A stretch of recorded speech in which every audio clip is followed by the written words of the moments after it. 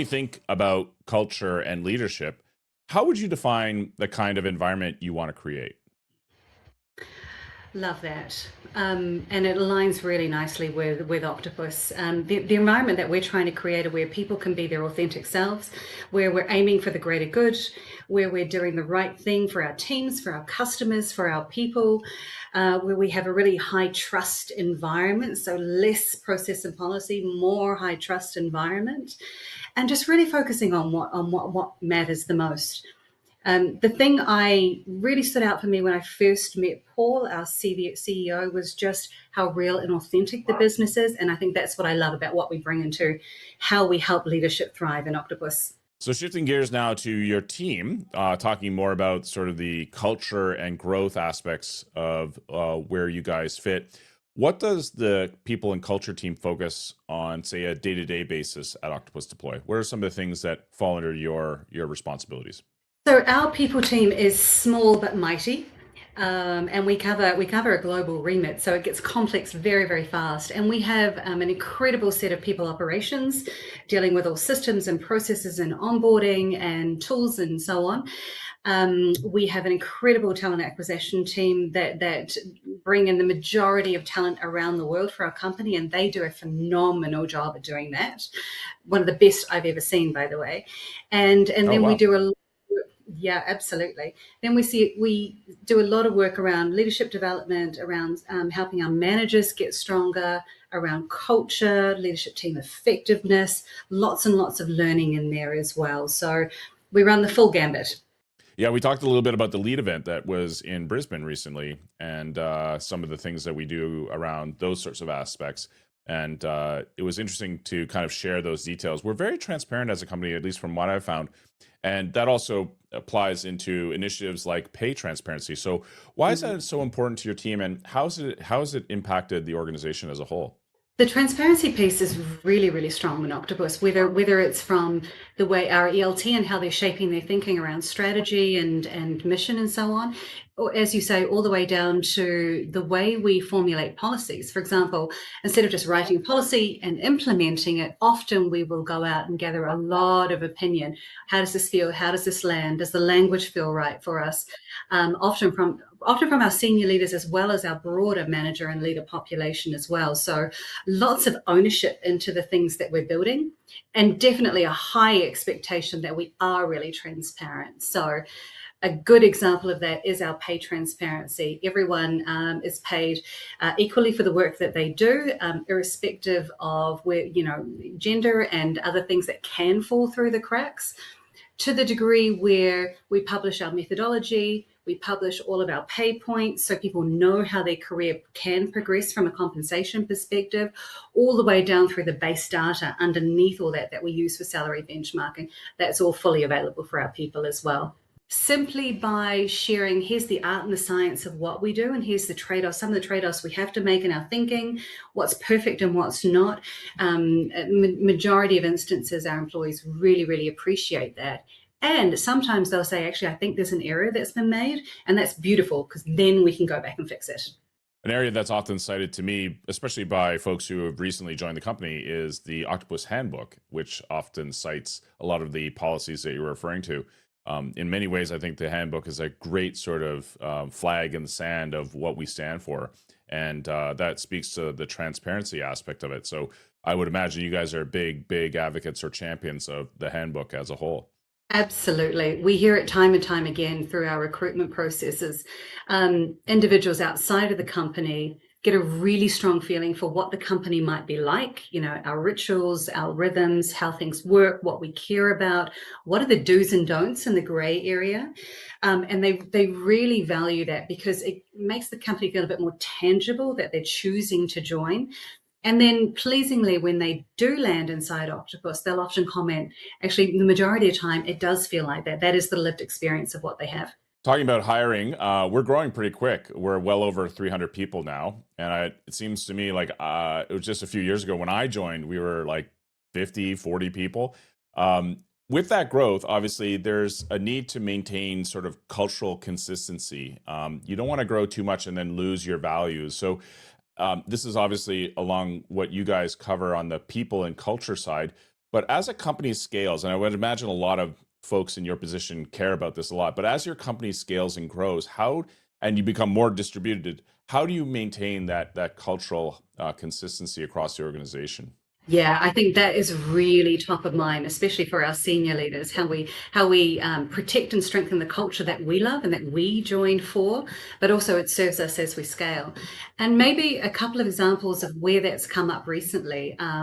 The ELT have shared their strategy and 2030 vision, and one of the main, I guess, people and strategy focal points within that is protect our culture as we scale, protect the things we care about. So a couple of ways that we're thinking about that is, for example, at the moment we're going through a connect cycle, a performance review cycle, and attached to that is how we think about compensation and recognition for performance. It's very easy to focus on the what I delivered. Did I deliver the thing? Did it deliver the value? Was it impactful? That's relatively easy to, define and measure. But we're also making sure in the way we calibrate performance that the what and the how is very, very strongly represented. So whether it's our values in Octopus, whether it's our leadership code in Octopus, that is as strong as the what someone delivers from a performance perspective. So that's one way. But the point is really, really valid in terms of maintaining our culture, the things we care about, and continuing to bring that to life over the next few years. Talking about obviously supporting people and performance, when leaders across our business talk about doing the best work of their lives, and I know I've used that expression at Octopus, which made me really happy, and Paul actually really enjoyed it because I told him that when I was on a one-on-one with him. What systems or practices support that vision? So thinking about the practical aspects of, you mentioned the connect cycle. Is there anything else that we use within the people team or within Octopus to support people for that end? I think where that becomes most relevant is where someone is really wanting to grow and develop their career by focusing on work that they care about. So when we many of our departments will, set OKRs or set really clear goals so someone knows exactly what's expected of them, maybe in the next quarter or the next half. So the what side is becoming clearer and clearer, which is great. It also shifts and changes very, very regularly because of, our stage of business, which is also normal. We really encourage everyone to think about their career and their professional development and one of the beauties of working in a smaller company is that we get to pick our own adventure in terms of the work that we want to go after as well, as long as it's in line with where the company's going.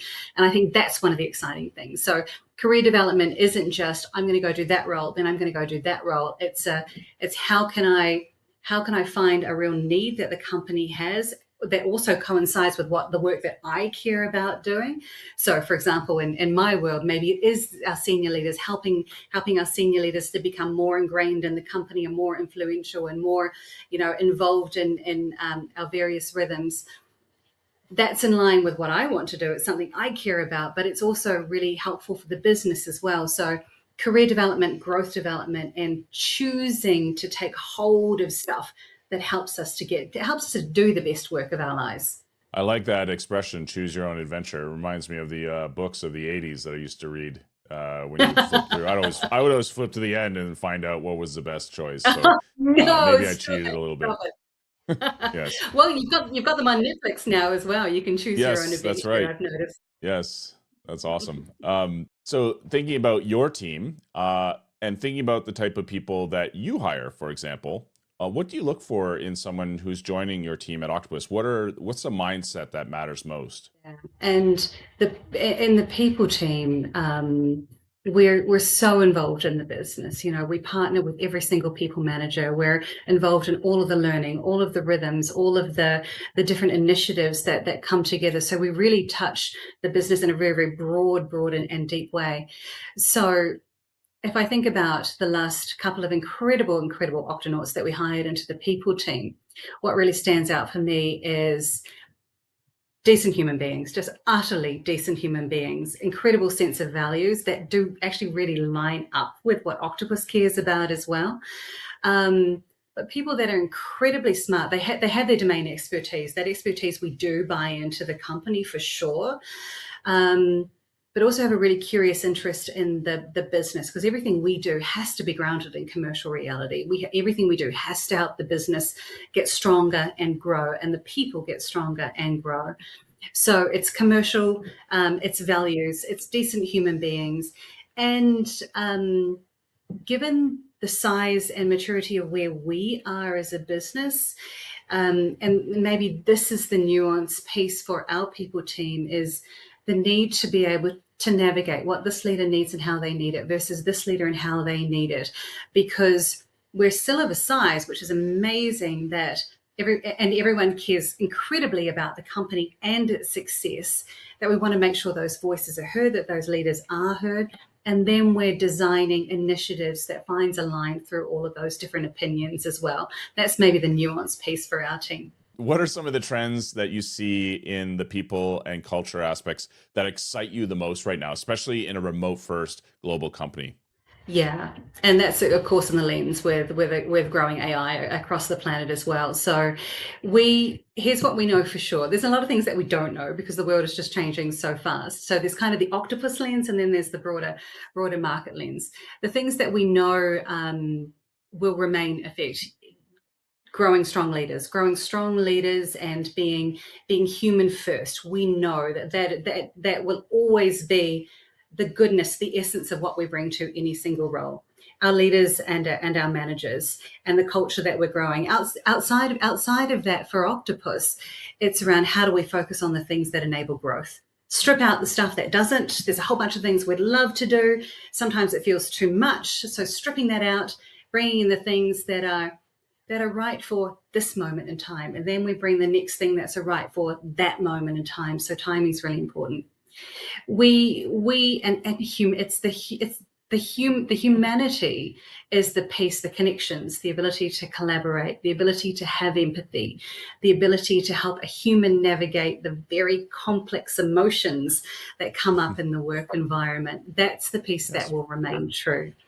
What we also know, in terms of AI and how that affects our working background, is there'll just be things we don't need to do anymore, that we can use tools to make things more efficient, more effective, easier for managers and for ourselves. So there's a lot of goodness there, and we are all over that. But yeah, it's the humanity that will remain true. I would imagine someone watching this might be interested in possibly joining your team. If that's the case, if they're looking at leading, say, a people function around tech, what's the one thing you would suggest that they know? For Octopus, it is obviously not knowledge of technology companies in general, but absolutely knowledge of startup scale-up environment is really important. But some knowledge also of maybe a publicly listed company or a larger company, because it's the journey between those two that we're using our knowledge and expertise to try and help Octopus navigate. Well, there you have it. Nadine MacDonald, Director of People and Culture here at Octopus Deploy. Thank you for joining me on this latest edition of Life at Octopus. I was able to gain some great insights as to how we do all the things around people and culture at Octopus. Really appreciate your time. Well, thank you, John. It's always a pleasure to talk to you.